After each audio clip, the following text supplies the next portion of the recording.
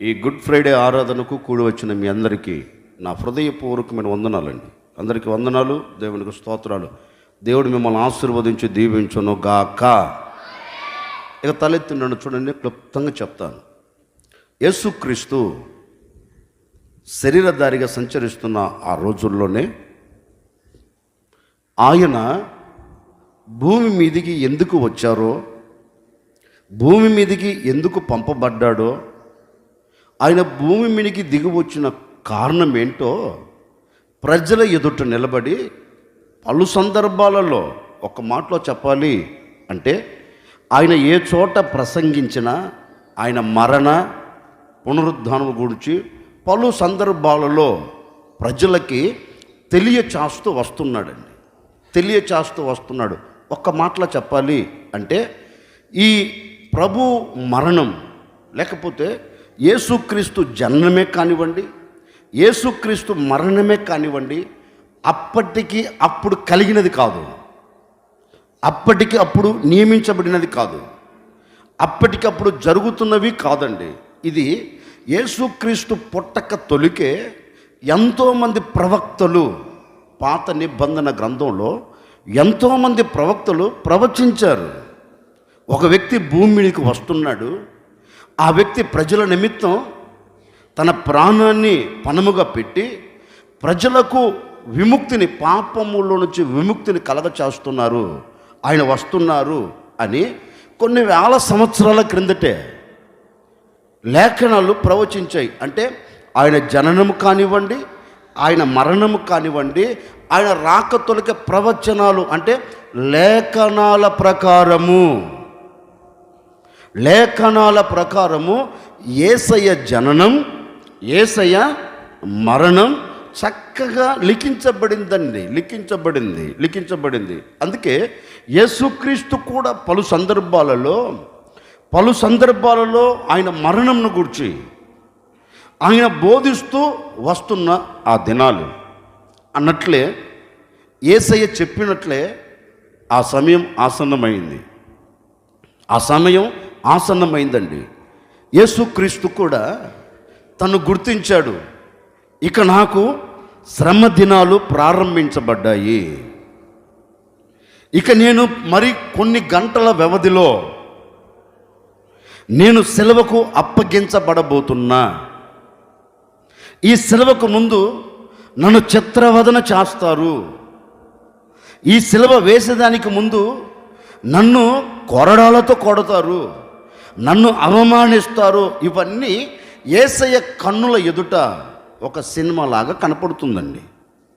యేసయ్య వీటన్నిటిని తలంచుచు గెత్సెమనే తోటలోనికి వెళ్ళి గెత్సెమనే తోటలో మోకరించి తండ్రి సన్నిధిలో ప్రార్థన చేస్తున్నాడండి. అంటే యేసయ్య ఆల్రెడీ ముందే చూసేశాడు దేనిని, ఆయనకు జరగబోయే విపత్తు, ఆయనకు జరగబోతున్నవన్నీ ముందే గ్రహించి తిన్నగా తండ్రి సన్నిధిలోనికి వెళ్ళి తండ్రి సన్నిధిలో మోకరించి ఒక కన్నీరు కార్చి ప్రార్థన చేస్తున్న, బాబు నా ముంగిట ఒక శ్రమ నిలిచి ఉంది, ఇప్పటికే నా వల్ల కావట్లేదు, వాటిని తలంచుచుంటే, వాటిని నేను ఆలోచిస్తూ ఉంటే, ఇవి నేను ఎలా పొందాలో, వీటి ద్వారా నేను ఎలా శ్రమపరచబడ్డాలో నాకు నా ఆలోచనకు నాకే అర్థం కావట్లేదయ్యా. నేను సహించగలుగుతానో లేదో, నేను భరించగలుగుతానో లేదో అని గెత్సెమనే తోటలోనికి వెళ్ళి మోకరించి తండ్రి చేతులకు అప్పగించుకుంటున్నాడండి. అయ్యా, ఏది జరిగినా అది చెప్పండి, దాంట్లో ఉన్న సారాంశాన్ని మీతో చెప్తున్నానండి. దేవుడు తండ్రి సన్నిధిలోనికి వెళ్ళి యేసయ్య ఒకే మాట్లాడు, ఏది జరిగినా ఎలా అడుగుతున్నాడు, మాట్లాడండి, ఎలా అడుగుతున్నాడు ఆయన? ఏదో ఆశామాసిగా వెళ్ళి, ప్రభువా నీ చిత్తమయ్యా, ఈ శ్రమను సహించగలిగే కృప నాకేమని అంటలేదండి. లేఖనం ఉంటుంది, ఆయన శరీరంలో రక్తం ఏ విధంగా అయిపోయింది, చెమట రూపం. చెమట రక్తం వల్లే మార్చబడిపోయింది. అంటే ఆయన ప్రయాస ఎంత ఉందో చూడండి. తండ్రి యొద్దకు వెళ్ళి చెమట రక్తము బిందు వల్ల కార్చబడుతుందంట. అంటే తండ్రిని అడుగుతున్నాడు, నేను సహించలేను కానీ, నేను భరించలేను కానీ, నేను ఇది మొయ్యలేను కానీ, ఇది నీ చిత్తం ప్రకారమే జరగాలి కనుక నీ చిత్తానికి నేను అప్పగించుకుంటున్నానని శిలువ శ్రమను అనుభవించక మునుపు తండ్రి సన్నిధిలోనికి వచ్చి తండ్రి చేతులకు అప్పగించుకుంటున్నాడండి. తండ్రి చేతులకు అప్పగించుకుంటున్నాడు. దేవుని సన్నిధిలో ప్రార్థన చేస్తున్నారు. అంతలోనే ఏంటి రానే వచ్చారు. ఎవరు యేసయ్యను పట్టుకునే దానికి రానే వచ్చారండి. యేసయ్య దగ్గర నిలబడ్డారు. వాళ్ళంత దూరాన యేసయ్య నిలిచి ఉన్నారు, వీళ్ళంత దూరానేమో ఈ శత్రువులు నిలిచి ఉన్నారు. యేసుప్రభు అంటారు, బాబు మీరు ఎవరి కోసమైతే వచ్చారో, మీరు ఎవరిని పట్టుకోవాలని ఈ గెత్సేమనే తోటలో మీరు అడుగు పెట్టారో ఆ నజరేయుడైన యేసును నేనే. ఏంటండి, తన ముంగిట మరణం నిలిచి ఉంది. తనను చిత్రవదన చేసే వ్యక్తులు తన ముంగిట నిలబడ్డారు. సంకెళ్ళు వేసి శ్రమపరిచే వ్యక్తులు తన ముంగిట నిలబడ్డారు. యేసయ్య అంటారు, బాబు ఎవరి కోసమైతే మీరు అడుగు పెట్టారో, ఎవరినైతే పట్టుకోవాలని మీరు ఆరాటపడుతూ వచ్చారో,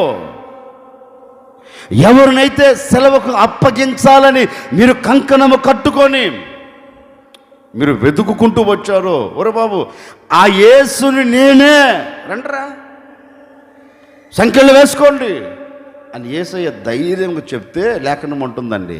అందరూ ఏమయ్యారు? బొక్క బోర్లు పడ్డారంట. యేసయ్య వారిని లేపి, ఒరే తెక్క మొహలారా, నేనే రసామే, నేనే ఆ యేసుని నేనే. నాకు వచ్చిన ఆలోచనలు వస్తాయండి. నాకు వచ్చిన ఆలోచన ఏంటో తెలుసా? మరి యేసయ్య నేనే అన్నప్పుడు వారు ఆలోచించరా? ఒరే పారిపోకుండా సంభవాలు జరిగింటాయండి అక్కడ. బహుశా వాళ్ళు అడిగి ఉండొచ్చు, ఏమయ్యా నిన్ను పట్టుకోవాలని మేము వచ్చాం కదా, నిన్ను చిత్రవదన చేయాలని మేము వచ్చాం కదా, మరి నేనని చెప్తున్నా పారిపోకపోయావా? అప్పుడు యేసుప్రభు చెప్పింటాడు, ఓరెప్పిచ్చోడా నేనెవరిని? నా తండ్రి చిత్త ప్రకారం భూమి మీదకి పంపబడిన వాణిని, పారిపోయేవాడిని కాదురా. మీరు నా ముంగిటి నిలబడి నన్ను బెదిరిస్తే బెదిరిపోయేవాడిని కాను. నా ముంగిటి నిలబడి నిన్ను చంపుతానంటే కలవరపడేవాడిని కాదు. ఏది జరుగుతూ ఉన్నా ఒక వ్యక్తి నా ముంగిటి నిలబడి నన్ను పట్టుకోవాలంటే అది నా దేవుని చిత్తం. ఒక వ్యక్తి నన్ను పట్టుకొని చిత్రవదన చేయాలంటే నా దేవుని సంకల్పము లేకుండా, నా తండ్రి చిత్తము లేకుండా ఏది నా ఎడలో జరగదు. నేను మీకు చిక్కబడుతున్నాను, మీరు నన్ను పట్టుకుంటున్నారు అంటే ఇది కేవలం ఎవరి ఆలోచన? నా తండ్రి ఆలోచన. నేనెందుకు పారిపోవాలరా? నేను పారిపోను రండి అని యేసయ్య వారి చేతులకు అప్పగించుకున్నాడండి.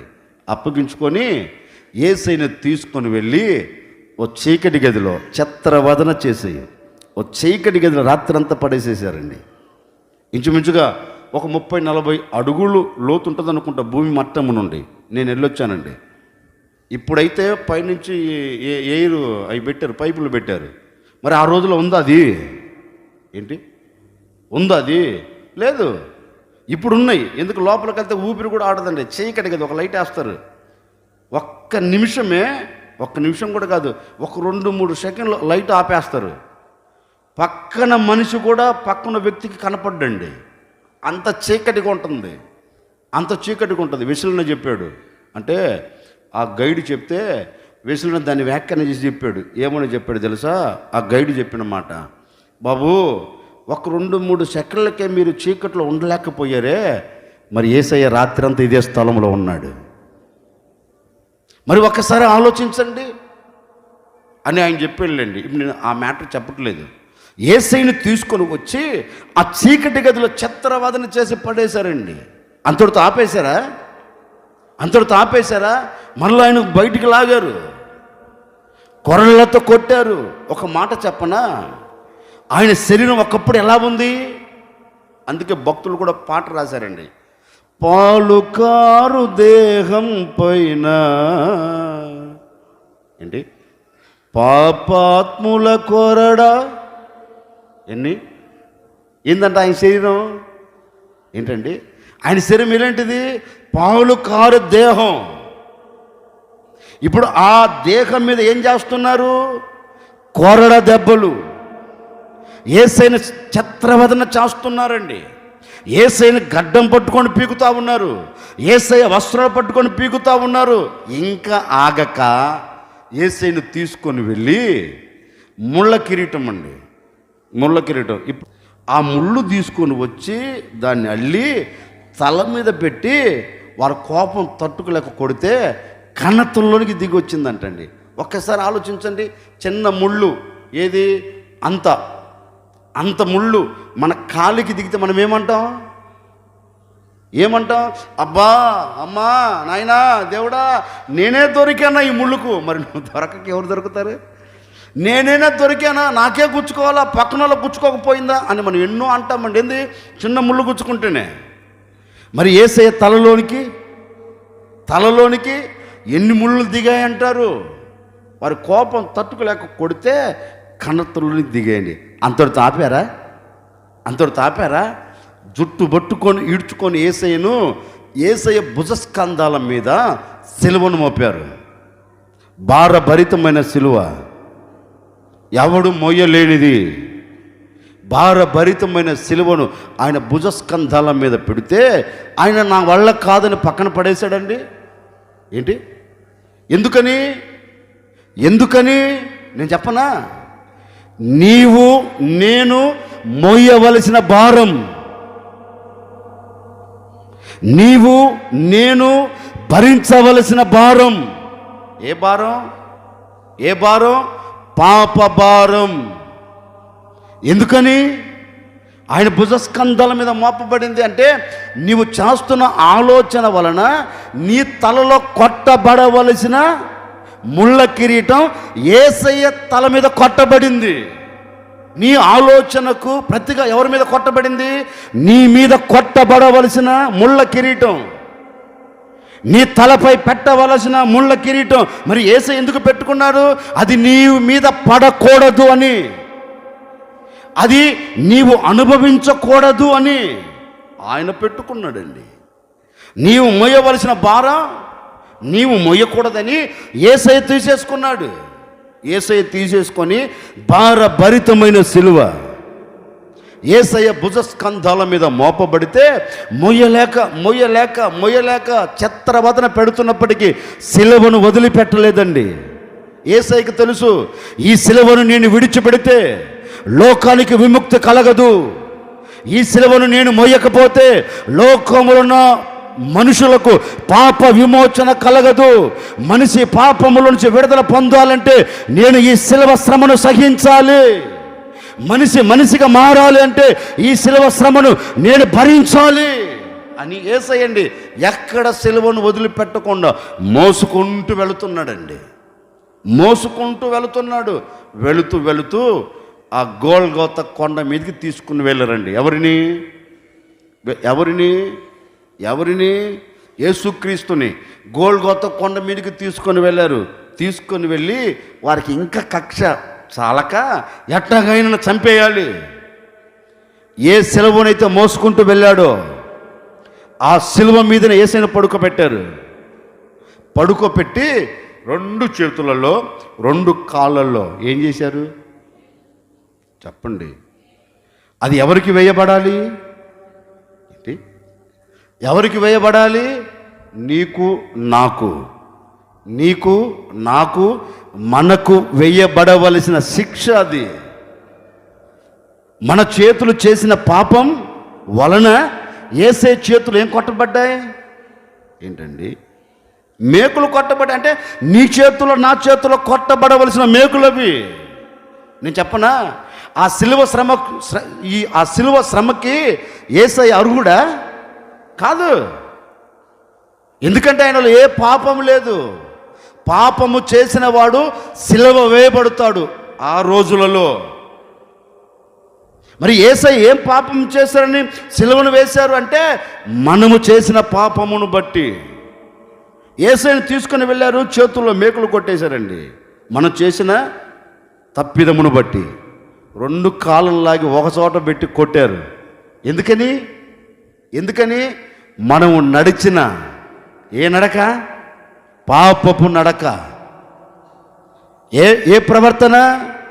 పాపపు ప్రవర్తన వలన మన కాళ్ళల్లో కొట్టబడవలసిన, చెప్పండి, మేకు. మరి యేసయ్య కాళ్ళు ఎందుకు కొట్టబడింది? నేననే మాట, ఏ ఒక్క రోజున ఆలోచించావా? గుడ్ ఫ్రైడే రాగానే, అబ్బో మంచి శుక్రవారం, నేను కూడా చర్చికి వస్తున్నావు. ఏ ఒక్కరోజు తలంచావా? దేవుని నమ్మిన ఆనాటి నుండి ఈనాటి వరకు ఏ ఒక్క రోజున ఆలోచించావా? యేసయ్య చేతులు ఎందుకు మేకులు కొట్టబడ్డాయి? యేసయ్య తల మీద ఎందుకు ముళ్ళ కిరీటం పెట్టబడింది? యేసయ్య కాళ్ళల్లో ఎందుకు మేకులు దింపబడ్డాయి? ఏ ఒక్క రోజున ఆలోచించారండి? మనం ఆలోచించమల్లా. వెళ్ళాలి, నామకార్థంగా వెళ్ళాలి, కూర్చోవాలి, రావాలి, వస్తాం. కానీ ఏ ఒక్క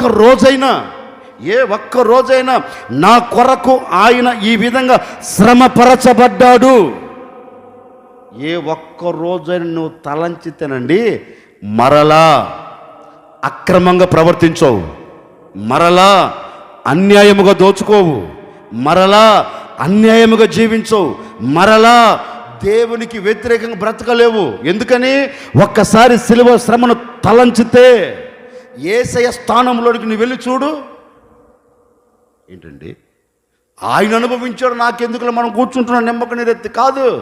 యేసయ్య స్థానంలోనికి ఒక్కసారి నువ్వు వెళ్ళి ఆలోచించు. ఆ స్థలములో నేనుంటే పరిస్థితి ఏంటి? ఒక్కసారి 4 కొరడ దెబ్బలు కొట్టు లోపండి ఏమవుతా? ఇంకంతే పెట్టడమే. మరి యేసయ్య ఒకసారి ఆలోచించండి, ఇన్ని శ్రమలు అనుభవించాడు ఎవరి కోసం? ఏంటి? ఒక విశ్వాసి అనే దానికంటే క్రీస్తు రాకడ కొరకు సిద్ధపరచబడుతున్న సమూహం తెలుసుకోవలసినది. ఏదో వస్తున్నాం, విశ్వాసంగా ఉన్నాం, దేవుడు కాదు. ఒక వ్యక్తి తెలుసుకోవలసినది, ఒక వ్యక్తి గ్రహించవలసినది. ఏంటిది? యేసయ్య సిలువ శ్రమను తలంచిన వాడు మరలా జారిపోయే స్థితిలో ఉండడండి. యేసయ్యను తీసుకుని వెళ్ళారు, సిలువను వేశారు, సిలువను నిలబెట్టేశారండి. మండుటి ఎండలో సరిగ్గా ఉదయం 9 గంటలకు ఎక్కాడు. ఎవరు? ఏంటి? మాట్లాడండి. ఉదయం 9 గంటలకు ఎక్కాడు. ఎన్ని గంటల వరకు? ఏంటండి? ఎన్ని గంటల వరకు? 3 గంటల వరకు. ఎన్ని గంటలు? 6 గంటల సేపు మండుటి ఎండలో శరీరం మొత్తం గొల్లైపోయింది. నాగలి పెట్టి పొలమును దున్నినట్లుగా యేసయ్య శరీరం మొత్తం దున్నబడింది.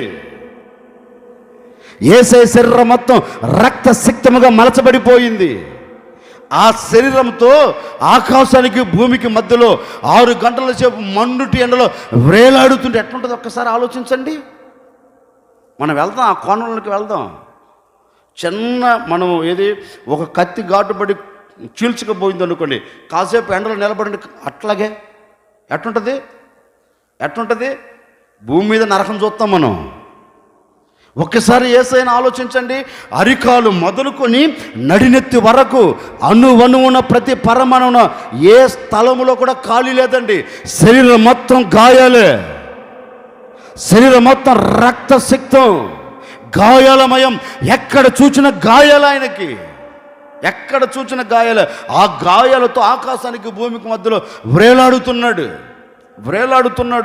ఒక్కసారి ఆయన వ్రేలాడుతుంటే నా కోణం నేను ఆలోచించానండి. ఆ స్థితిలో నేను ఉండింటే అప్పటి వరకు బతికేవాడిని కూడా కాదు. ఎక్కిన 5-10 నిమిషాలకు సచ్చేవాడిని సిలువలో. నిజం, ఎక్కిన 5-10 నిమిషాలకు సచ్చేవాడిని, ప్రాణం పోయేది. కానీ యేసయ్య 9 గంటల నుండి మధ్యాహ్నం 3 గంటల వరకు ఇంచుమించుగా 6 గంటల సేపు మండుటి ఎండలో మండిపోతున్నప్పటికీ కూడా బాధ కలుగుతున్నప్పటికీ కూడా శరీరం సహకరించకపోతున్నప్పటికీ కూడా ఒకటే, తండ్రి చిత్తం జరగాలి, నా తండ్రి సంకల్పం నెరవేర్చబడాలి, నేను ఎందుకు పంపబడ్డానో, ఎందుకు దిగి వచ్చానో ప్రతిదీ నెరవేర్చబడాలి.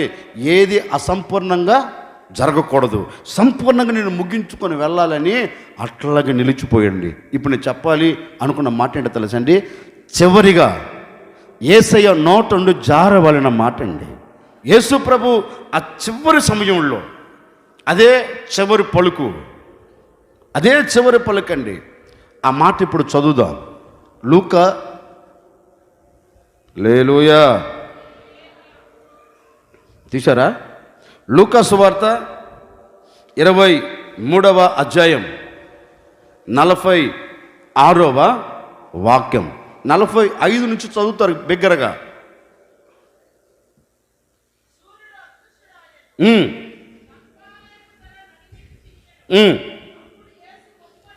అప్పుడు యేసు గొప్ప శబ్దముతో కేకవేసి, తండ్రి, నీ చేతికి నా ఆత్మను అప్పగించుకొనుచున్నాను అని ఆయన ఇలాగు చెప్పి తన ప్రాణము విడిచెను. తలెత్తినాను చూడండి, నేను చెప్తాను ఇప్పుడు. యేసయ్య నోట నుండి జారవలన చివరి మాట ఒకే మాట అంటున్నాడు, తండ్రి, నీవు నాకు ఏ పని అయితే అప్పగించావో, నీవు నా మీద ఏ భారమైతే పెట్టావో, ఏ పని ముగించమని ఈ లోకమునకు నీవు నన్ను పంపావో, ఏ పని ముగించుకొని మరో నా యొద్దకు తిరిగి రమ్మని చెప్పావో, ఇదిగో ఇప్పటి వరకు పని అంతటిని బాధ్యతగా చేశాను. నీవు అప్పగించిన దానిలో నేను నమ్మకంగా ఉన్నాను. ప్రతి పనిని నేను ముగిస్తూ వచ్చాను. నన్ను పంపిన నాటి నుండి ఇదిగో ఈ శిలువ మీదకి ఎక్కిన నాటి వరకు, ఈ శిలువ మీద ప్రాణము విడిచే క్షణం వరకు నేను నీ చిత్తము జరిగిస్తూ వస్తున్నాను అంటూ తండ్రి సన్నిధిలో శిలువ మీద యేసయ్య తండ్రి చేతులకు అయ్యా, నా ఆత్మను నా ఆత్మను నీ చేతులకు అప్పగించుకొనుచున్నాను. చివరి మాట, నా ఆత్మను నీ చేతులకు అప్పగించుకొనుచున్నాను. ఇప్పుడు ఆయన ఎందుకు అప్పగించుకున్నాడు? ఇప్పుడు నేను సబ్జెక్టులోకి వెళ్తున్నాను. ఇప్పుడంతా మీకు ఉపద్ఘాతం చేశా, ఇప్పుడు సబ్జెక్టులోకి వెళ్తున్నాను, వినండి. ఆయన తండ్రికి ఎందుకు అప్పగించుకున్నాడు? నేను చెప్పబోయే సందేశం అప్పగించుకొనెను. నేను చెప్పబోయే సందేశం జాగ్రత్త, తలెత్తినాను చూడండి. యేసయ్య ఒకే మాట్లాడు, బాబు, నేను నీ చేతులకు అప్పగించుకొనుచున్నాను అంటే యేసయ్య చివరి సమయంలో అప్పగించుకున్నాడా ఏంటండి? నేను చెప్పిన చరిత్ర ఉందే, ప్రారంభం నుండి ప్రతి చోట యేసయ్య అప్పగించుకొనుచునే ఉన్నాడు. శత్రువుల చేతులకు అప్పగించుకున్నాడు, చీకటి గదిలో వేయుట కొరకు అప్పగించుకున్నాడు, కొరడాలతో కొట్టించుకొనుటకు అప్పగించుకున్నాడు, అక్కడ సమాజపు మందిరములు నిలబడి దూషించుట కొరకు అప్పగించుకున్నాడు. ఆఖరికి తన వస్త్రాలు కూడా చింపుతా ఉంటే ఏం చేశాడు? అప్పగించుకున్నాడండి. ప్రతి చోట ఒక్క మాటలో చెప్పాలంటే అణువణువున గెత్సెమనే తోటలో నుండి గోల్గొతా కొండ మీదకి వెళ్ళేంత వరకు అణువణువున అప్పగించుకుంటూ వెళ్ళాడు. లేఖనం చెప్తుంది. ఇప్పుడు చివరి సమయంలో కూడా అంటే, అయ్యా, నా ఆత్మను నీ చేతులకు అప్పగించుకుంటున్నాను అని ప్రాణము విడిచను. ఇప్పుడు ఒకే ఒక మాట చెప్పి నేను ముగిస్తాను. అసలు ఆయన తండ్రి చేతులకు ఎందుకు అప్పగించుకున్నాడు? అప్పగించుకునే దానికి బలమైన కారణం ఏంటి? ఒకే ఒక మాట, గట్టిగా సప్పట్లు కొట్టండి, ఇంకొంచెం గట్టిగా కొట్టండి. హల్లెలూయా, హల్లెలూయా. ఒకే ఒక మాట చెప్తున్నామండి. తండ్రి చేతులకు యేసయ్య ఎందుకు అప్పగించుకున్నాడు? ఆయన అప్పగించుకొనుట్లో ఉన్న ఆశీర్వాదం ఏంటి? ఒకే ఒక మాట, పేతురు మొదటి పత్రిక 2వ అధ్యాయం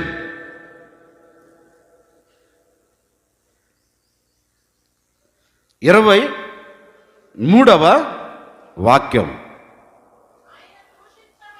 ఆయన దూషించబడి బదులు మాట్లాడలేదు, ఆయన శ్రమపరచబడి ఎవరిని ఎదురించలేదు, న్యాయముగా తీర్పు తీర్చు దేవునికి తన్ను తాను అప్పగించుకొనెను, మన పాపముల విషయమై. ఇక తలెత్తి నన్ను చూడండి, నేను చెప్తాను, నేను చదువుతాను, తలెత్తి నన్ను చూడండి. మన పాపముల విషయమై తన్ను తాను తండ్రికి అప్పగించుకొనెను. నేను చెప్పే మాట వినండి. ఎందుకు తండ్రికి అప్పగించుకున్నారు అంటే, మనిషి చేసిన పాపమును బట్టి ఆయన అప్పగించుకున్న, బాబు నేను నీ చేతులకు ఎందుకు అప్పగించుకుంటున్నాను అంటే, మనిషి పాపములోని విడుదల పొందాలి, మనిషి పాపములో నుంచి తప్పించబడాలి. గనుక మనిషి తప్పించబడాలి అంటే భూమి మీదకి ఎవరు వెళ్ళాలి? ఏంటి, ఎవరు వెళ్ళాలి? మనిషిని విమోచించగలిగిన వ్యక్తి భూమి మీదకి రావాలి. మనిషి భూమి మీద నుంచి విమోచించబడాలి అంటే ఎవరు కావాలి? ఒక మనిషినికి విమోచన కలగ చేయలేడు. అర్థమైందా? ఇంకో మాట నేను చెప్తాను, వినండి. మీరు పాపములో ఉన్నారండి, మీ పాపముల నుంచి విముక్తి కలగాలంటే నేను వచ్చి మిమ్మల్ని మీ పాపముల నుంచి విడిపించలేను. నేను పాపములో ఉన్నాను అనుకో, నా పాపముల నుంచి మీరు నన్ను విడిపించలేరు. మరి మనిషిలో ఉన్న పాపము తొలగిపోయి మనిషికి ఒక విమోచన కలగాలంటే ఎవరు కావాలి? ఏంటి, ఇంకా అర్థమయ్యే భాషలో చెప్తాను. ఓ తాగుబోతుడు ఉన్నాడు, మన కోణంలో వెళ్తున్నాను. ఓ తాగుబోతుడు ఉన్నాడండి.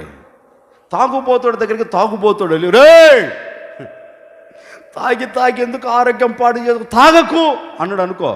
ఆ తాగుబోతుడు ఈ తాగుబోతుడు ఏమంటాడు? పెద్ద చెప్పొచ్చావా మొగడువే అంటారా లేదా? పెద్ద మొగడు వచ్చాడు, అబ్బో ఒరే నేను తాగుడు మానాలంటే మాత్రం నువ్వు మాని నాకు చెబితే అప్పుడు నేను మానాలో లేదో ఆలోచిస్తా అంటాడా లేదా? తాగుబోతాన్ని ఏంటి మార్చలేడు. మరి పాపములో ఉన్న మనిషి మరొక మనిషిని మార్చగలుగుతాడా? ఒక మాట చెప్పనా, భూమి మీద పుట్టి పెరుగుతున్న ప్రతి వ్యక్తి పాపముతోనే జన్మించాడు. మనిషి జన్మ పాపం. ఎవరు పరిశుద్ధులండి భూమి మీద? యేసుక్రీస్తు వచ్చేంత వరకు భూమి మీద ఎవడు పరిశుద్ధుడు లేడు. ప్రతి మనిషి పాపముతోనే జన్మించాడు, ప్రతి మనిషి పాపముతోనే పుట్టాడు. అందుకే ఒకే మాట, బాబు ఆ మనిషికి విమోచన కలగాలంటే పరిశుద్ధుడైన వాడు ఒకడు వెళ్ళాలి. పరిశుద్ధుడైన దేవుడు భూమి మీద అడుగు పెట్టాలి. ఆ పరిశుద్ధుని ద్వారా ఏం కలుగుతుంది? లోకానికి విమోచన కలుగుతుంది. గనక నీ చేతులకు నేను అప్పగించుకుంటున్నానయ్యా, నన్ను పంపావనుకో, నేను భూమిని అడుగుపెట్టి భూమి మీద ఉన్న నీ జనులు. ఈ మాట మనకి ఎక్కడ దొరుకుతుందంటే జకర్యా గ్రంథంలో దొరుకుతుంది. మీరు చదవద్దు, నేను చెప్తాను వినండి. తండ్రి కుమారుని మధ్యలో జరిగిన సంభాషణ జకర్యా గ్రంథం 9వ అధ్యాయంలో మనకు కనబడుతుంది. మీరు ఇక్కడ వద్దు, ఇంటికి చదువుకోండి. అక్కడ అంటాడు తండ్రితో, బాబు నీ వారిని విడిపించుటకు నేను వెళుతాను, నన్ను పంపించు. నీవు చేసిన నిబంధన రక్తమును బట్టి, నీవు నాకు ఇచ్చిన రక్తమును బట్టి ఈ ప్రజలకు నేను విమోచన కలగ చేస్తాను అని జకర్యా గ్రంథంలో తండ్రితో కుమారుడు అంటాడండి. ఆ లేఖనము క్రొత్త నిబంధనలో జరిగింది. ఇప్పుడు యేసయ్య భూమి మీదకి పంపబడిన తర్వాత, తండ్రి చేతులకు అప్పగించుకున్న తర్వాత యేసయ్య దిగి వచ్చిన దేవుడు ఏం చేశాడంటే, మనుషుల మీద మోపబడిన పాపం అంతటిని ఏం చేశాడు? ఏంటండి అసలు ఈ మనిషికి పాపం ఎలా కలిగింది? ఇప్పుడు మాట్లాడండి. మనిషి పాపంతో ఎలా పుట్టాడు? అసలు దేవుడు పాపంతో పుట్టించాడా? దేవుడు ఒక వ్యక్తిని, అంటే ఒక మనిషిని మహిమగా సృష్టించాడు, పాపిగా కాదు. ఒక వ్యక్తిని మహిమ కలిగిన వాడిగా నిర్మించాడు, పాపముతో కాదు. ఆ మనిషి విధేయతల నుంచి అవిధేయతలకు అడుగు పెట్టిన తర్వాత లోకానికి పాపం చుట్టుకుందండి. అప్పటి వరకు లోకంలో పాపం కనపడలా, అప్పటి వరకు లోకంలో పాపం లేదు.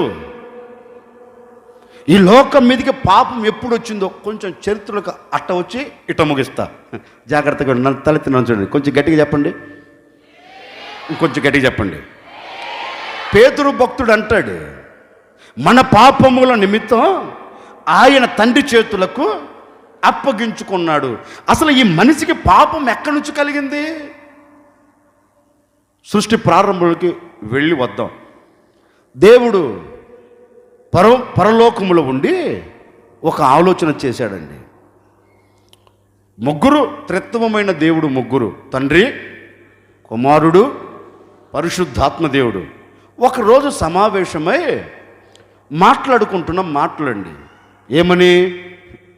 నా కుమారుడా, ఇదిగో భూమి పుట్టినది మొదలుకొని, లేకపోతే మనము సృష్టించిన దేవతను సృష్టించినది మొదలుకొని, ఈ దేవతలు మన రూపంలో లేరు.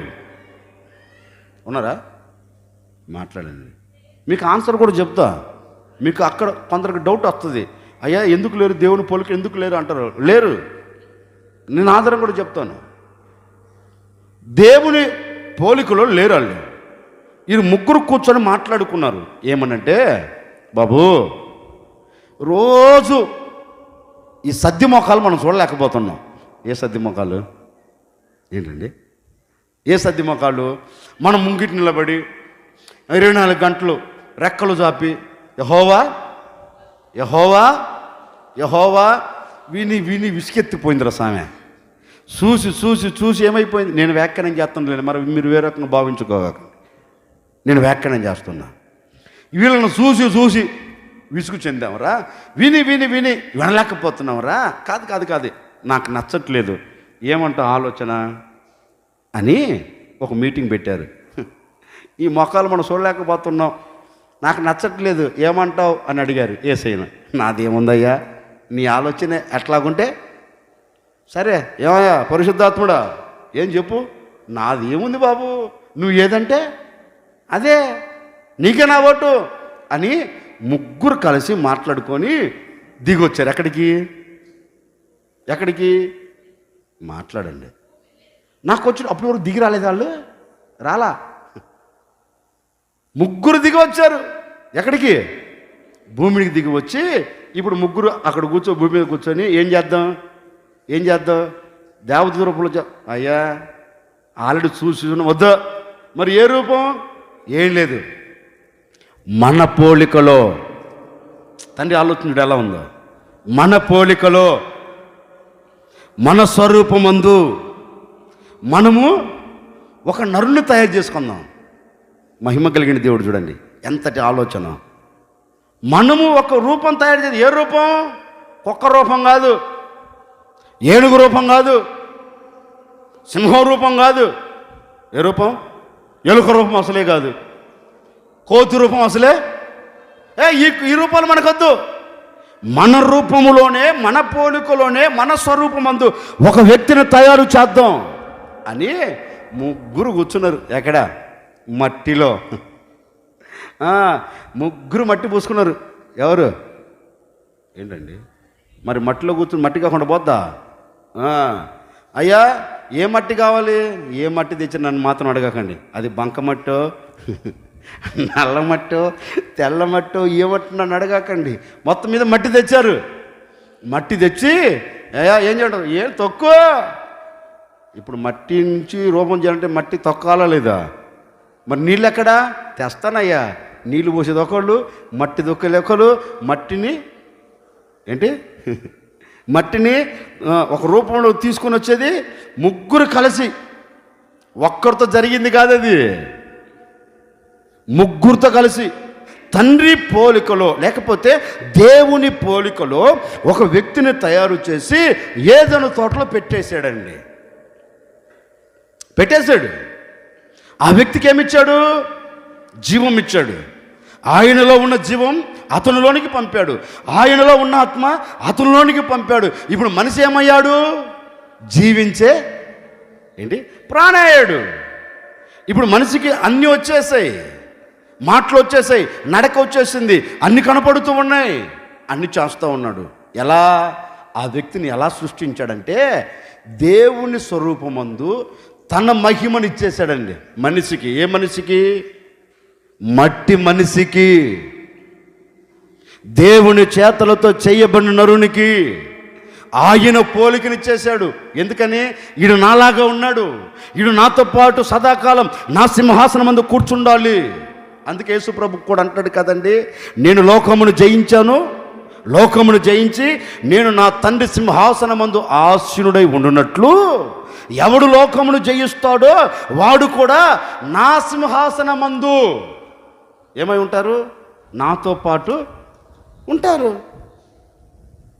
అంటే తండ్రి ఆలోచన, కుమారుని ఆలోచన ఒకటే. తండ్రి సింహాసనం మీద కుమారుడు కూర్చోవాలి, కుమారుడు సింహాసనం మీద సంఘం కూర్చోవాలి. అంటే 3 సింహాసనాలు కాదు. తండ్రి మీద యేసయ్య కూర్చుంటాడు, యేసయ్య మీద క్రొత్త నిబంధన సంఘం కూర్చుంటుంది. తండ్రి ఒడిలో యేసయ్య, యేసయ్య ఒడిలో సంఘం. సంఘం అండి, అది తండ్రి ఆలోచన. ఈ మనిషి లోకముతో కలిసిపోకూడదు, లోకముతో మిళితమైపోకూడదు, లోకముతో నడవకూడదు. ఈ వ్యక్తి నాతో పాటు సదాకాలం జీవించే వ్యక్తిగా ఉండాలని మహిమను ఇచ్చేసాడండి. ఇచ్చేసి అతనితో ఒక మాట అన్నాడు. మాకు తెలిసిన మాటలు ఇవన్నీ. నువ్వు ఏదైనా తినొచ్చు, దాంట్లో ఏది తేడా లేదు, కానీ ఒక్కటి మాత్రం మాట్లాడండి. ఏంటి? ఒక్కటి మాత్రం తినొద్దు అన్నాడు. ఒక ఆజ్ఞ ఇచ్చేశాడు. అప్పుడు ఇతను ఏమనుకోవాలి? నిజమే, నాకు ఇన్ని ఉన్నాయి కదా, ఇవన్నీ నేను సొంతం చేసుకోవాలి, ఇవన్నీ నేను అనుభవించాలి అనుకోవాలి అనుకుంటూ బ్రతుకుతున్నాడండి. కొన్ని రోజుల తర్వాత కుయుక్తి పడ్డాడు. ఎవడు? ఈ మహిమతో నియమించబడిన వాడు మహిమను కోల్పోవాలి. దేవుని పోలికలో చేయబడిన వాడు దేవుని పోలికకు దూరం చేయాలి. ఈడు దేవుని సన్నిధిలో ఉండకూడదు, ఈడు దేవుని స్వరూపం ముందు ఉండకూడదు, ఎట్లాగైనా పతనం చేయాలి అని కంకణం కట్టుకొని అడుగు పెట్టాడు. ఎక్కడ? ఏదేను వనములో. ఒక్క మాట చెప్పనా? ఏదేను వనము అనే దానికంటే దేవుడు నివసించే స్థలంలో. ఎవడు?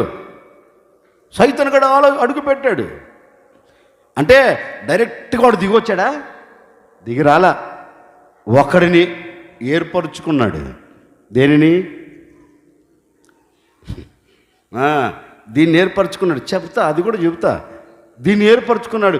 దీన్ని ఏర్పరచుకొని నేనైతే వెళ్ళలేను, కానీ సర్పమా నువ్వు వెళ్ళు, ఏదో తోటలోనే తిరుగుతున్నావుగా, ఎక్కడ మాట్లాడండి. అప్పటి వరకు ఇవన్నీ ఎక్కడున్నాయి? సింహాలు, ఎలుగుబంట్లు, సర్పాలు, పావురాలు, కొందేళ్ళు, ఇవన్నీ ఎక్కడున్నాయి? ఏదైనా వనములోనే ఉన్నాయండి. ఈ ఆదాము రోజు సల్లపోడు, ప్రతిరోజు ఇడితో ఏం చేసేవాడు? నిద్ర వచ్చేంతవరకు వ్యవహారం చేసేవాడు. అన్నిటితో, సింహాలతో, పాములతో, అన్నిటితో వ్యవహారం చేసేవాడండి. నిద్ర వచ్చేంత వరకు వెళ్తాడు, పడుకుంటాడు, మళ్ళీ లేస్తాడు, ఆకలి అయితే తింటాడు, మళ్ళీ వెళ్తాడు, మళ్ళీ వ్యవహారం చేస్తాడు. దేనితో వ్యవహారం చేయాలంటే దాంతో వ్యవహారం చేసేస్తాడు. ఎవరు? ఆదాము. సైతాను గడికి ఆలోచన పడింది, నేను పోయి ప్రత్యక్షమై ఆదామా అన్నాను అనుకో, ఒరే నువ్వు ఎవడువో నాకు తెలియదు అంటాడా లేదా? అంటాడు. అందుకని నేను ఏం చేయాలంటే ఏదేను తోటలో తిరుగుతున్న దానిని ఏర్పాటు చేసుకోవాలి.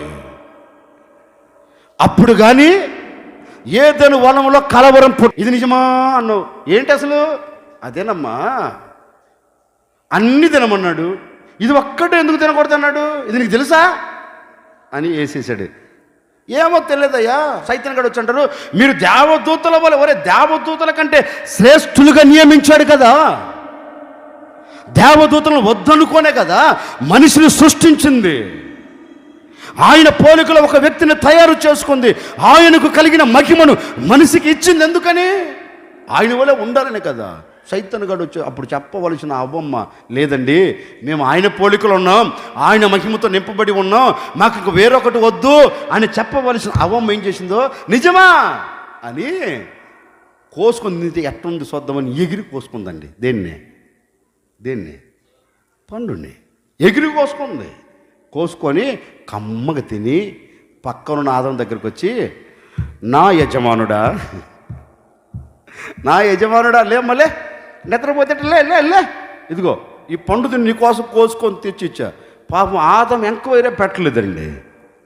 అసలు ఏ చెట్టు పండు, ఎక్కడికి వెళ్ళావు, ఏమి తెచ్చావు, ఎంక్వైరీ పెట్టలేదండి. అవునా? నాలో నువ్వు సగం కనుక, నాలో నువ్వు తీయబడ్డావు కనుక నువ్వు తిన్న పండు నేను కూడా తినాలని తక్కువ తినడండి. తిన్న మరుక్షణమే ఏమైంది?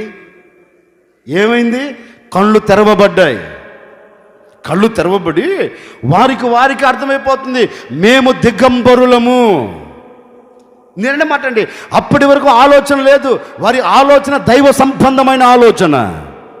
అప్పటి వరకు ఏ ఆలోచన? దేవుని ఆలోచన.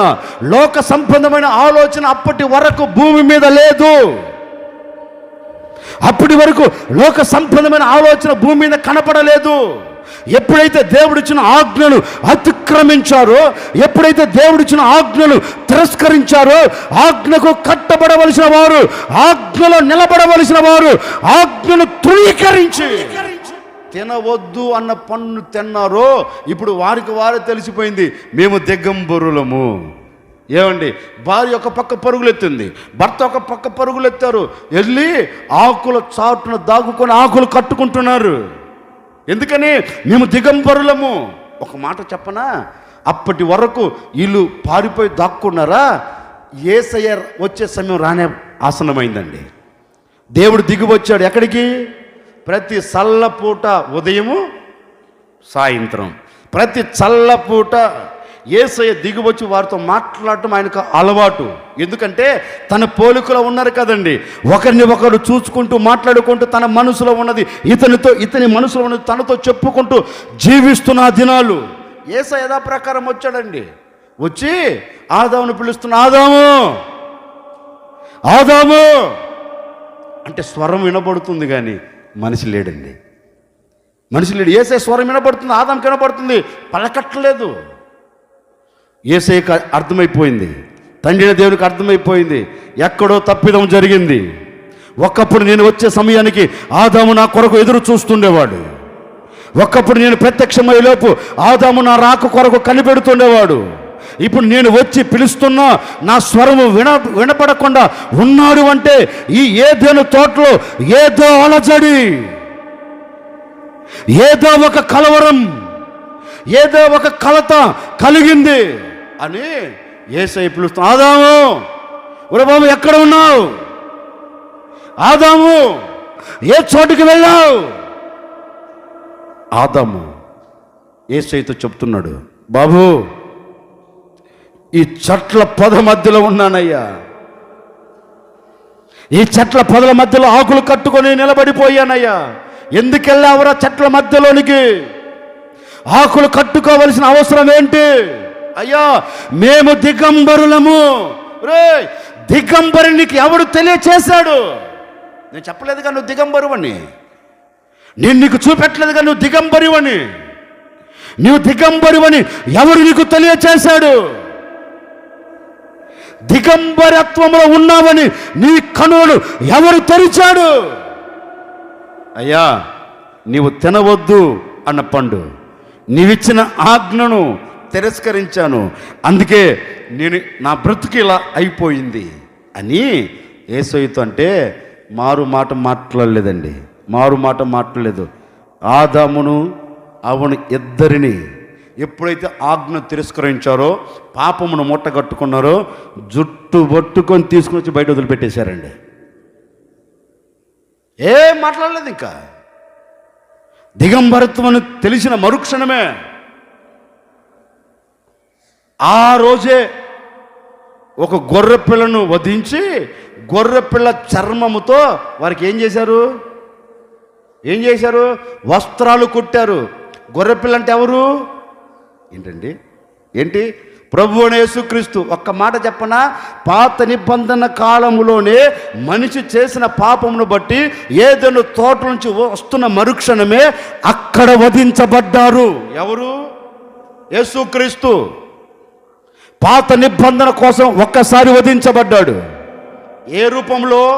గొర్రెపిల్ల రూపంలో. అంటే పాత నిబంధన కాలమంతా మనిషి పాపం చేస్తే దేని నుంచి విముక్తి?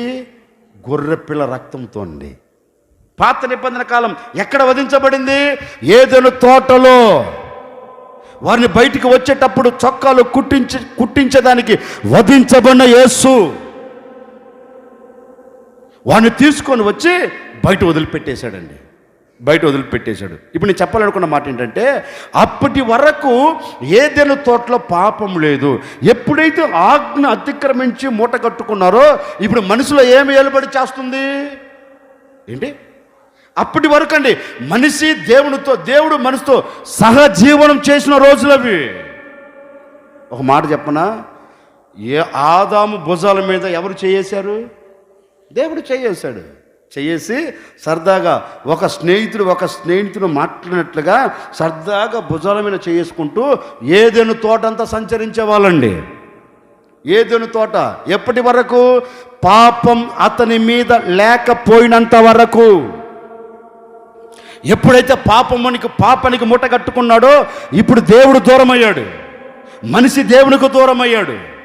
ఇప్పుడు తండ్రి తలంచి ఒకటి అన్నాడు, బాబు నువ్వు భూమి మీదకి వెళ్ళరా సామె, మనిషి పాపంతో నిలిచిపోయాడు, అక్కడ నుండి మనిషిని విడిపించాలి అని ఆదాము చేసిన పాపమును బట్టి యేసుక్రీస్తు క్రొత్త నిబంధన కాలంలో భూమికి దిగివచ్చాడండి. ఎందుకు దిగివచ్చాడంటే పేతురు భక్తుడు అంటాడు, మనిషి చేసిన పాపమును బట్టి. ఈ మనిషి పాపములో నిలిచిపోయాడు కనుక ఈ మనిషి మరలా మహిమ కలిగిన వ్యక్తిగా మారాలి. ఇప్పుడు నేను అంటాను, ఒక వ్యక్తి పాపములో ఉన్న వ్యక్తి మహిమ కలిగిన వ్యక్తిగా మారాలంటే ఏం చేయాలి? రక్తము చేత కడగబడాలి, రక్తము చేత కొనబడాలి, రక్తము చేత శుద్ధి చేయబడాలి. మరి ఆ రక్తము కావాలంటే భూమి మీదకి ఎవరు రావాలి? ఎవరు రావాలి? దేవుడు అని చెప్పుకునేవాడా? దేవత అని పిలువబడుతున్నవారా? నేననే మాట, ఏ చరిత్ర అన్నా మీరు చదవండి, ఏ చరిత్ర చదివినా, ఏ దేవుని చరిత్ర అయినా, ఏ మనిషి చరిత్ర అయినా పాపముతో లిఖించబడిపోయింది. మీరు దేంట్లోనే చదవండి, మనిషి పాపముతోనే జన్మించాడు. ఏ దేవుడు అని పేరు పెట్టుకున్న ఎవడైనా పాపముతోనే నిలిచిపోయాడు. ఏ చరిత్ర గ్రంథాలైనా చదవండి, ఏ చరిత్ర గ్రంథం అని చెప్తుంది ఒక మనిషి పాపముల నుంచి విడుదల పొందాలంటే పరిశుద్ధమైన రక్తం కావాలి. ఒక వ్యక్తి పాపముల నుంచి విముక్తి పొంది లోకానికి ఒక పాప విమోచన కళ్యాణం జరగాలి అంటే పరిశుద్ధుడైన దేవుడు కావాలి. ఇప్పుడు నేను అడుగుతున్న మాట అండి, ప్రపంచంలో ఎవడున్నాడు? పరిశుద్ధుడైన దేవుడు ప్రపంచంలో ఎక్కడ కనపడుతాడు? మీరు ఏ చోటకైనా వెళ్ళండి, ప్రపంచంలో ఏ దేశంలోనికైనా వెళ్ళండి, కనపడగలిగిన దేవుడు, పాపము లేని పరిశుద్ధుడిగా కనపడగలిగిన వాడు, పాపము లేని వ్యక్తిగా కన్నుల ఎదుట ప్రత్యక్షపరచబడిన వాడు ఎవరైనా ప్రపంచంలో ఉన్నారు అంటే అది ఈ రోజు నేను ప్రకటిస్తూ ఉన్నా యేసుక్రీస్తు తప్ప మరొకడు ప్రపంచంలో లేడు. నేను ప్రకటించే యేసుక్రీస్తు ఒక్కడే. పాపమునకు విమోచన కలుగ చేయగలిగిన వాడు, పాపమును కొట్టివేయగలిగిన వాడు, పాపమును రద్దు చేయగలిగిన వాడు, పాపములో నుండి మనిషిని విమోచించి మహిమ కలిగిన చోట నిలబెట్టగలిగిన దేవుడు ఒకే ఒక్కడు యేసు. యేసు యేసు యేసు తప్ప మరొకడు లేనేలేడు. ఆ యేసు ఈ రోజు నీతో చెబుతూ ఉన్నాడు, ఎప్పటి వరకు ఏ పాపంలో నిలిచిపోయావు, ఇప్పటి వరకు ఏ పాపంతో మిలిచిపోయావు, ఆ పాపములో నుంచి నీవు విడుదల పొందాలి అని 2023 సంవత్సరాల కిందట నీ కొరకు భూమి మీద అడుగుపెట్టిన దేవుడు, నీ కొరకు భూమికి దిగివచ్చిన దేవుడు, దిగివచ్చి నీ కొరకు ఆఖరి రక్తపు బొట్టు వరకు కార్చిన ఏకైక దేవుడు యేసు ఒక్కడే. యేసు ఒక్కడే. ఆ పరిశుద్ధమైన రక్తం ఈనాటి వరకు నీ మీద ప్రోక్షింపబడుతూనే ఉంది. ఈనాటి వరకు నేను శుద్ధి చేస్తూనే వస్తుంది. కారణం, నీవు పాపములో నుంచి విడుదల పొందాలి అని, నీవు పాపములో నుంచి పవిత్రుడిగా మారాలి అని, నీవు పాపములో నుంచి నీవు విమోచించబడి క్రీస్తుతో పాటు ఒకప్పుడు పొందుకున్న మహిమ మరలా నీకు ఇవ్వాలి అని, మరలా ఆ మహిమను తండ్రి చూడాలి అని పరము నుండి భూమికి యేసయ్యను పంపి యవ్వన రక్తం అండి, యవ్వన రక్తం. ఎందుకని? మన పాపమును బట్టి. అందుకే దైవజనుడు పౌలు కూడా ఎఫెసు సంఘానికి ఒక మాట రాస్తాడండి. నేను చెప్పేది వినండి. ఏమని రాస్తారు అంటే, ఆ దైవజనుడు పౌలు అంటారు, ఎఫెసు సంఘమా, మీరు పాపముల చేతను అపరాధముల చేతను ఏంటి చదివారా? ఇంటికి చదువుకోండి. ఎఫెసు పత్రిక 2వ అధ్యాయం ప్రారంభ వాక్యం. నన్ను చూడండి. ఇంటికి చదువుకుంటాయి. ఇప్పుడు మీకు తెలియకపోతే ఇంటికి చదువుకోండి. దైవజనుడు ఎఫెసు సంఘానికి ఒక ఉత్తరం రాస్తూ ఆ ఉత్తరంలో చక్కని మాట అంటాడు, సంఘమా, మీరు పాపముల చేతను అపరాధముల చేతను చచ్చినవారై. ఇప్పుడు మనిషి దేంట్లో చచ్చాడు? ఏంటి మాట్లాడండి. మనిషి దేంట్లో చచ్చాడు? త్రాగుడులో. మనిషి దేంట్లో చచ్చాడు? వ్యభిచారపు మత్తులో. మనిషి దేంట్లో చచ్చాడు? అక్రమ సంబంధాల మధ్య. మనిషి దేంట్లో చచ్చాడు? లోక సంబంధమైన వాటి మధ్యలో ఈనాడు మనిషి చంపబడ్డాడు. ఆజ్ఞ అతిక్రమించినందువలనే పాపములో కూరుకొని పోయారు మన పితరులు ఆదాము అవ్వ. ఆజ్ఞ అతిక్రమించినందువలనే సౌలు దేశం మీద ఉండవలసిన వాడు కొట్టివేయబడ్డాడు.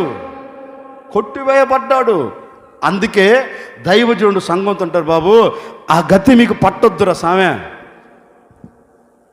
ఆ స్థితిలోకి మీరు రావద్దు, నా మాట విను. మీరు అపరాధముల చేత పాపముల చేత మీరు చనిపోయి ఉండగా క్రీస్తు యేసు ఏం చేశాడంటే, మీరు ఆ స్థితిలో ఉండకుండా, ఆ రొచ్చులో పడిపోకుండా మరలా మీరు పరిమళ వాసనగా ఉండుటకు, మరలా మీరు పరిమళించుటకు తన్ను తాను తండ్రికి అప్పగించుకున్నారా. 5వ అధ్యాయం 1-2 వాక్యాలు చదువుతారు. ఎఫెసు పత్రిక 5వ అధ్యాయం 2 మొదటి వాక్యం 2వ వాక్యం చదువుతారు. కావున దేవునికి ప్రియులైన పిల్లల వలె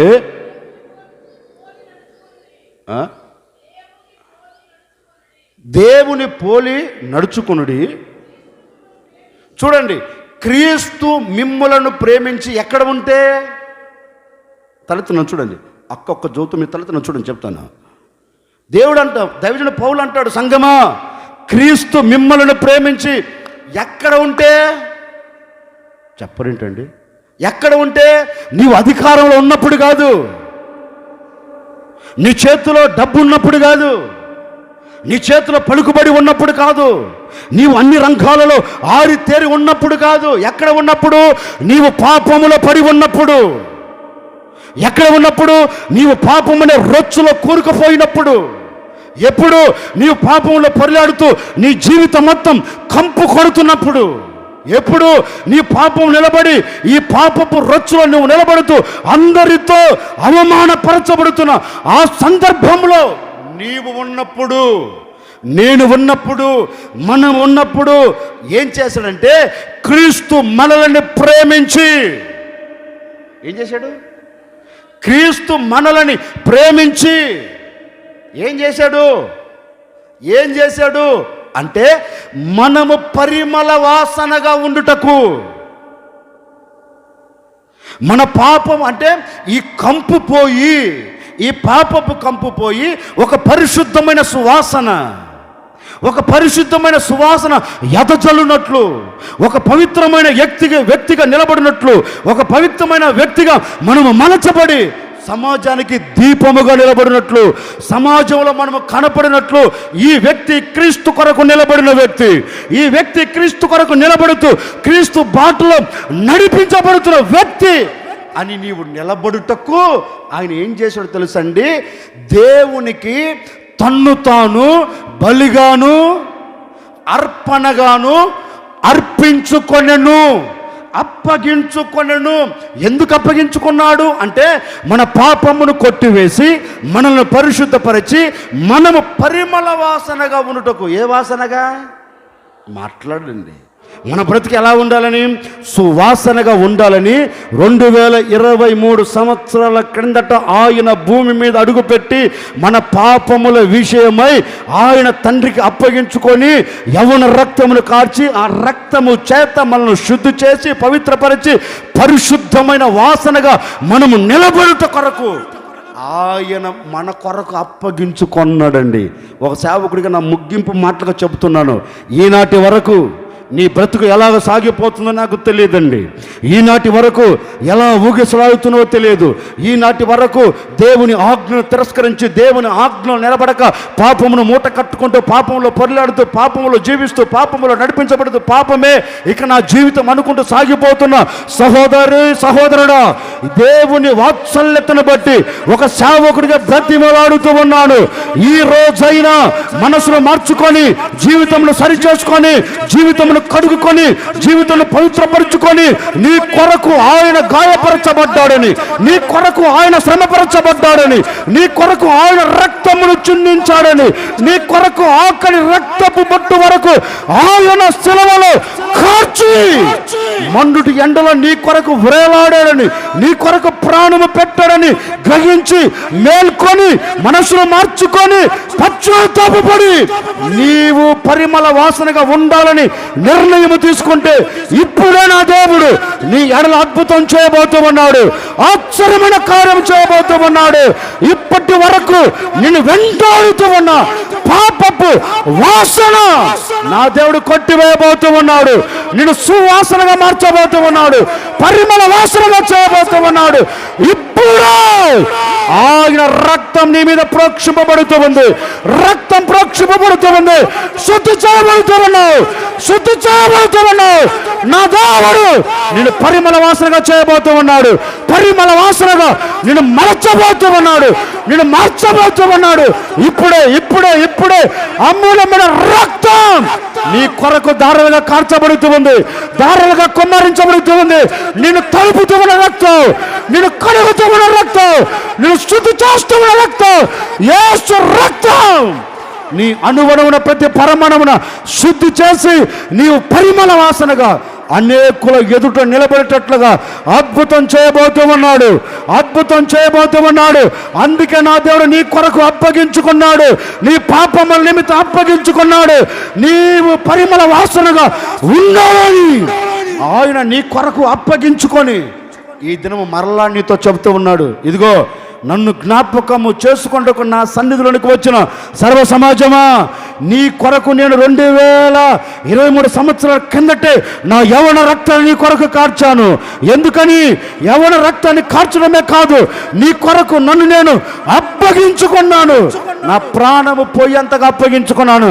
కారణం నీ పాపమును నేను కొట్టివేయాలని, కారణం నీ అతిక్రమములను నేను తుడిచివేయాలని, కారణం నీవు పరిశుద్ధునిగా మలచబడాలని, కారణం నీవు పరిమళ వాసనగా ఉండాలి అని నేను నా తండ్రి చేతులకు అప్పగించుకున్నాను. గనుక ఈ దినమున నేను నిన్ను పరిమళ వాసనగా చేయబోతూ ఉన్నాను, పరిమళ వాసనగా నేను మార్చబోతూ ఉన్నాను. పరిమళ వాసనగా ఒక్కొక్క కుటుంబం నా దేవుడు కట్టబోతూ ఉన్నాడు. ఇప్పటి వరకు నీ చేతి పనిలో ఆశీర్వాదం లేక చనిపోయిన స్థితిలో ఉందా, నా దేవుడు మర్ర పురి కొలపబోతూ ఉన్నాడు. జీవమును కలుగ చేయబోతూ ఉన్నాడు. నీ వ్యాపారం సువాసన చెందేటట్లుగా, అనేకులకు తెలిసేటట్లుగా అద్భుతం చేయబోతూ ఉన్నాడు. ఆశ్చర్యమైన కార్యం చేయబోతూ ఉన్నాడు. నువ్వు చేస్తున్న ఉద్యోగంలో ఈనాటి వరకు అణిచివేయబడ్డావేమో, నా దేవుడు ఈ దినము నుండి నిన్ను ఉన్నత శిఖరాలు ఎక్కించబోతూ ఉన్నాడు. అందుకే దేవుడు నీ కొరకు అప్పగించుకున్నవాడు నీతో చెబుతూ ఉన్నాడు, నేను నీ పాపములో నుంచి విముక్తి కలగచేసి నేను నిన్ను పరిమళ వాసనగా కట్టబోతూ ఉన్నాను. పరిమళ వాసనగా నేను నిన్ను మలచబోతూ ఉన్నాను. ఈ ఆవరణలో కూర్చున్న ప్రతి ఒక్కరు నా దేవుడు పరిమళ వాసనగా చేయబోతూ ఉన్నాడు. నీవు పరిమళించదవుగాక, నీ సువాసన ఎదజల్లుగాక, నీవు అనేకుల ఎదుట ఆశీర్వాదకరముగా నా దేవుడు నిలబెట్టబోతూ ఉన్నాడు. నీవు అనేకులకు ఆశీర్వాదకరంగా నాంది పలికెట్టట్లుగాను నీ సువాసన నా దేవుడు ఎదజల్లబోతూ ఉన్నారు. నా దేవుడు నీ సువాసనను వెదజల్లి నీవు అనేకుల ఎదుట వికసించే వ్యక్తిగా, అనేకుల ఎదుట పరిమళించే వ్యక్తిగా నా దేవుడు మీ కుటుంబాలన్నింటిని మార్చివేయబోతూ ఉన్నారు. చెప్పండి కొంచెం గట్టిగా, హల్లెలూయా. అందుకే ఆయన అంటాడు, శిలువ మీద పలికిన మాట, అయ్యా నన్ను నేను నీ చేతులకు ఎందుకు అప్పగించుకున్నాడు అంటే, మన పాపపు వాసన తీసివేసి మనం పరిమళ వాసనగా ఉండుటకు అప్పగించుకున్నాడండి. అర్థమైందా? క్రీస్తు సంఘం కొరకు ఎందుకు అప్పగించుకున్నాడంటే, ఈ సంఘం ఏమవ్వాలి? పరిమళించాలి. దేవుడు మిమ్మల్ని ఆశీర్వదించును గాక. ఒక మాట చెప్పా, ఆయన ఎందుకు అప్పగించుకున్నాడు అంటే, మనము పాపపు వాసన పోయి పరిమళ వాసనగా ఉండుటకు ఆయన మన కొరకు అప్పగించుకొనెను. అట్టి కృప మీ అందరికీ ఇచ్చి మేము పరిమళ వాసనగా చేయును గాక.